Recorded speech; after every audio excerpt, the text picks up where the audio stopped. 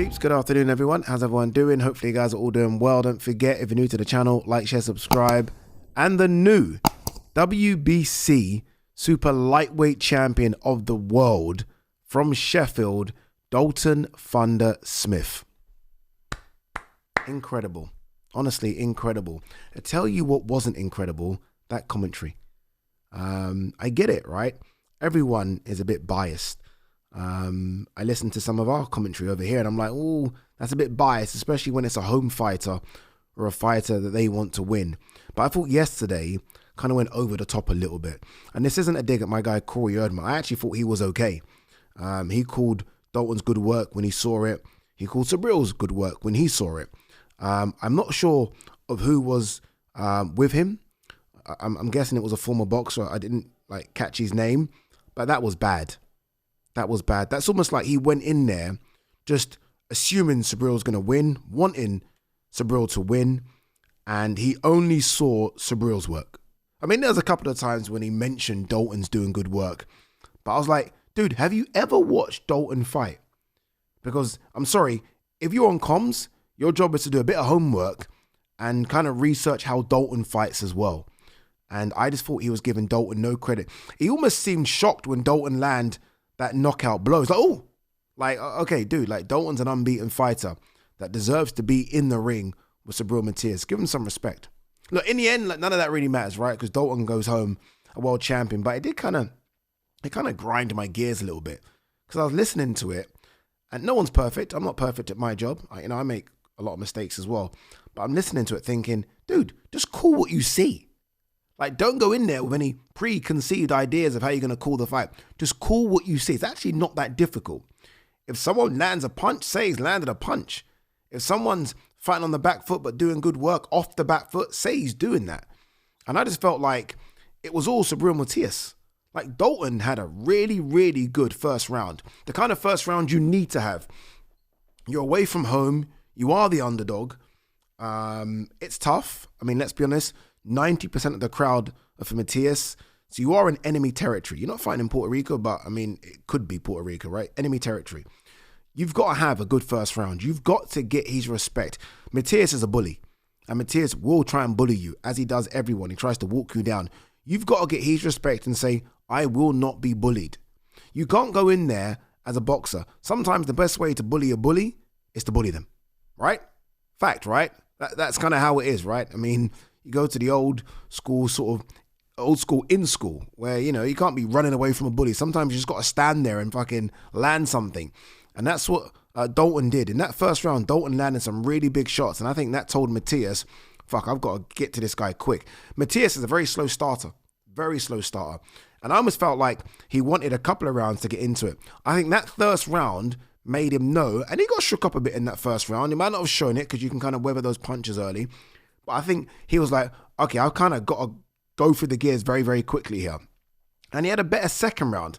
But again, the commentary team would make it believe that it was all oval in the second round. Okay, yeah, this is Matias' fight. This is what Dalton shouldn't be doing. I'm like, no. Dalton should be doing this.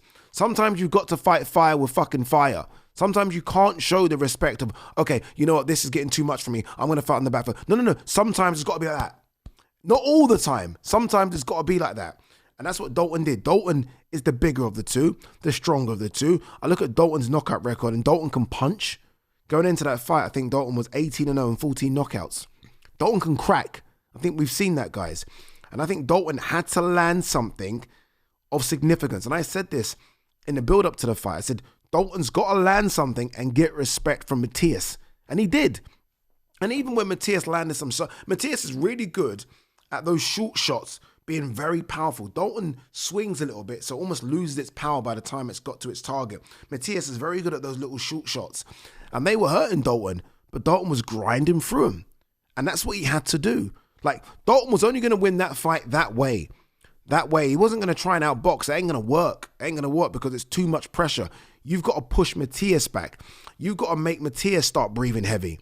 Because if Matias fights at his own pace and is comfortable, I think we've seen that guy can do that for 10 rounds in his sleep, 12 rounds in his sleep.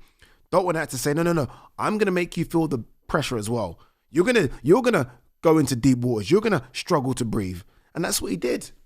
That's what he did. I thought it was a fantastic performance and one of the best British performances away from home this century, if not the best. It was incredible. Honestly, it was incredible because, look, he didn't go to points. He knocked him out. He knocked him out. He knocked out the bully.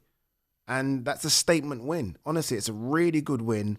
Again, it's away from home. Look, there are several ways to win a world title, right? You can win it at home against someone that, let's be honest, is in the rankings is number 2, but ain't shit really. No disrespect. You can be elevated as a champion. You can have an easy touch. There are easy touches out there, people. Or you can go into someone's backyard and have a fucking fight. Have a fight. And you get so much more respect doing it that way. Ultimately, I respect every single world champion, but there's levels of respect. My respect for Dalton now is through the roof because I knew this was going to be hard work, and it was hard work. Yes, he stopped him in 5 rounds, but that was a 5-round war. Honestly, I mean, they were both shipping shots. They were both sort of punches in bunches, landing big shots, body, head. It was hard. I mean, they didn't even hear the bell go. You know when it's difficult, when your brain's a bit foggy and muzzled. There was a few times where they started still throwing after the bell. It might have been the 3rd or 4th round. I'm like, they clearly can't hear the bell. Like, these guys are just in the zone now. But to beat Matias at Matias's game needs to be applauded. You heard Grant Smith after the fight. Obviously, he was like reading out all the accolades from Young. But let's just start with the accolades as a pro. English champion, British champion, Commonwealth champion, European champion, now world champion. It doesn't get better than that. It doesn't get better than that. And although the WBC pissed me off so much, that's the belt you want to win. That's the one you want to win. He's arrived, people. He's arrived, and he can do damage with a lot of guys at 140. I think the WBC will put Puello in front of him, so he's probably going to have to defend against Puello, who's basically Matias. Might be even tougher. But Dalton, you know, going into a fight like that, Dalton, I think we all hoped and wanted and maybe believed he was world level. You don't know your world level until you're in a fight like that. He now knows, so that will give him a ridiculous amount of confidence as well to fight anybody at 140, anybody. So again, congratulations to Dalton, to Grant, the whole team, Sonny Edwards. Eddie must be very, very happy. He's now got, without doubt, a real player in the 140-pound division. Again, Puello next, and then whoever. Tio, if Tio stand around, Shakur, if Shakur wins. I mean, this is now the mix. That's what he's done. He's now put himself in the mix. I saw a few messages about Ade Gman. I think that's now very difficult to make. Unless Ade Gman goes away and wins his own world title, it's very difficult to make because you're now going to go to the negotiating table and Dalton Smith's just going to say, there, what do you bring? What do you bring? Dalton Smith can say, look, I've got a world title. And by the way, I think that world title opens up Dalton to more fans as well. Like I've always said, can Dalton push a ticket? I think that there will show that he can push a ticket now. I think that his next fight, if he can get a voluntary, I think Eddie will do it in Sheffield, obviously. And now then we'll see. Then we'll see. So Adam's got to come with something. Okay, do you come with 15,000 fans? Do you do that? Do you bring a belt? At the moment, the answer to both of those questions is no and no. So Adam's going to need to find something. It might be a case of him going away, winning a world title, and then a massive unification fight. I mean, who knows? Who knows? Looking at the size of Dalton as well, very quickly, he has the frame for 147, doesn't he? I mean, you look at that 147 division, they ain't big. They ain't big at all. I mean, they're 140 guys. Devin Haney, 140 guy. Barrios, 140 guy. Ronnie Romero, 140 guy. Ryan Garcia, 140 guy. I can keep them going. Do you know what I mean? They're not big. So you might look at that 147 division as well if he's tight at the weight, and he must be tight at the weight, and think, I could do some damage there. But look, well done to him. Very happy. I know Dalton. Every time I see him, it's love. I was a bit nervous for him. I said he would win. I thought it would be close, though.